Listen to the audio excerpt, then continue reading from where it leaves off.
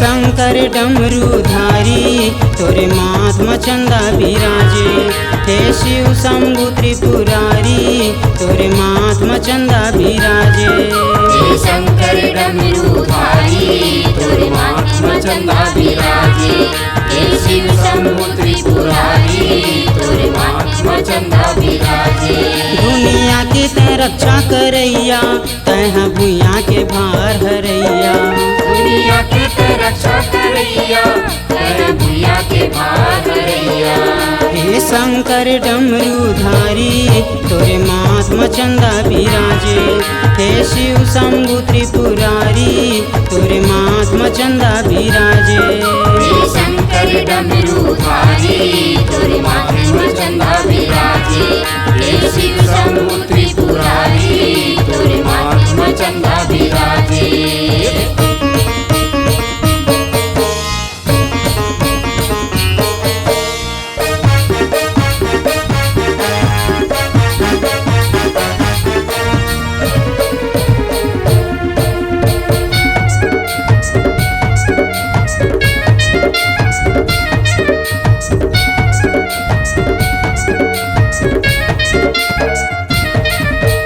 बेल पान धतुरा धर के तोला मनाए नर नारी।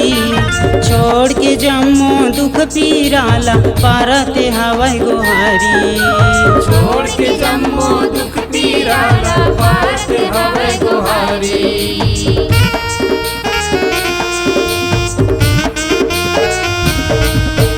नंदिया बैला के संगे बैठे देखा थस्ते संसार ला। दया करैया भोले बाबा भर दे सुख भंडार ला। दया करैया भोले बाबा भर दे सुख भंडार ला। तैहा रामे रमैया जपैया तैहा जग के दुख हरैया। राम रमैया जपैया तैहा जग के दुख हरैया। हे शंकर डमरूधारी तोरे महात्मा चंदा विराजे।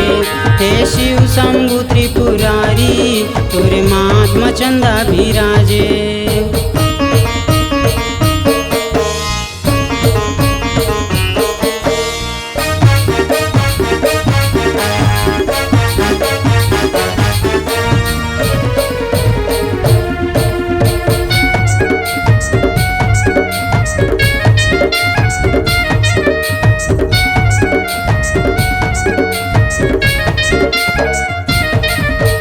डम डम डमरू बाजत रही गुंजत रहे चारों धाम माँ। जटा भीतर माँ गंगा विराजे चमा के चंदा तुरभाल माँ। जटा भीतर माँ गंगा विराजे चमके चंदा तुरभाल माँ।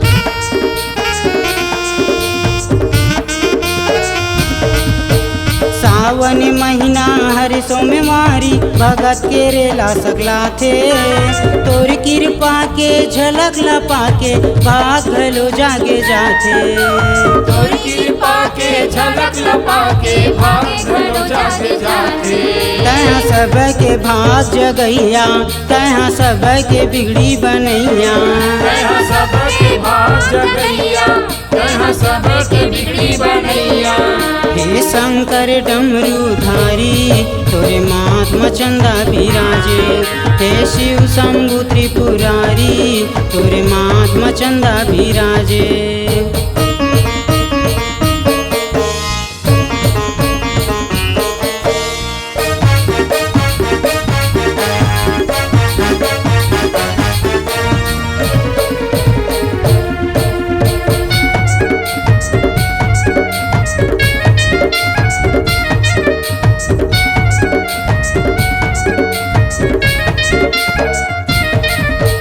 कांवरे माँ गंगा जल धर के आथेगा तोरे दरबार माँ। सावन महीना गुंजाते रहते बोला गा तोर जयकार माँ। सावन में महीना गुंजते रहते बोला गा तोर जयकार माँ।